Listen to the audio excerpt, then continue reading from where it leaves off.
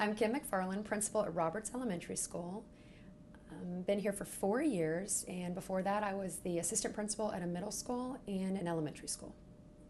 This summer we had an extensive training and learned how the Marzano strategies would be implemented within our observation tool, and that would also be reflected within our teachers' evaluations. We are utilizing Marzano's Art and Science of Teaching as a book study at our school right now so that our teachers are more informed of the observation tool and the effective teaching strategies that we'll be looking for when we come into the classroom.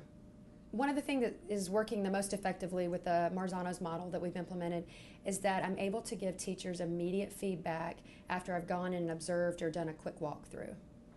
Especially since we're able to purchase the iPads that we have right now. When we go into the classrooms and do a quick little walkthrough or a small observation, I'm able to immediately check off what I see in the classroom, but also give the teachers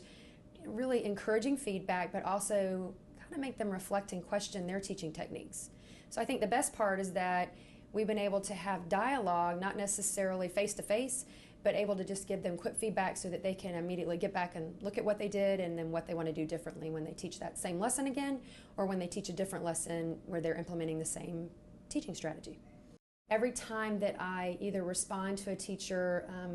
through an email or through my eye observation tool, I make sure that I go back in and I use the language that's embedded directly into the strategies so that as we are talking about effective strategies and effective tools in the classroom to help all our learners, we're all using a common core language.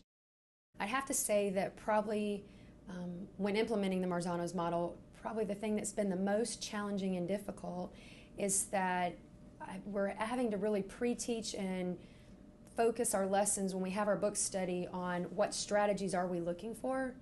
And I think that, not that it's a negative, but that it's taken a while, especially I guess when I think back to when we're looking at goals and objectives and the scale. I think that's probably been the most challenging because it's not something that we routinely do within the elementary classroom. We use scales and rubrics with our students,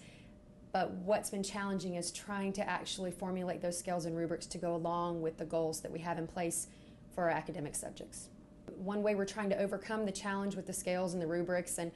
any of the strategies that we're not as familiar with is that we sit down as a group and we pull into small study groups and we talk about whatever the strategy is that we're looking at. We discuss how are we implementing in the classroom, and then we share out as a whole group. Teachers have been able to go into other classrooms and see what the goals are that have been posted, what's the scale that's being used, and then they're able to have open dialogue with the different teachers on their grade level, but then also at other grade levels to see how effective it is to have your children working to a common goal. I have to say, since we have started the Marzano protocol and the plan that we have in place, especially with our eye observation tool, I'd have to say that the biggest success has been the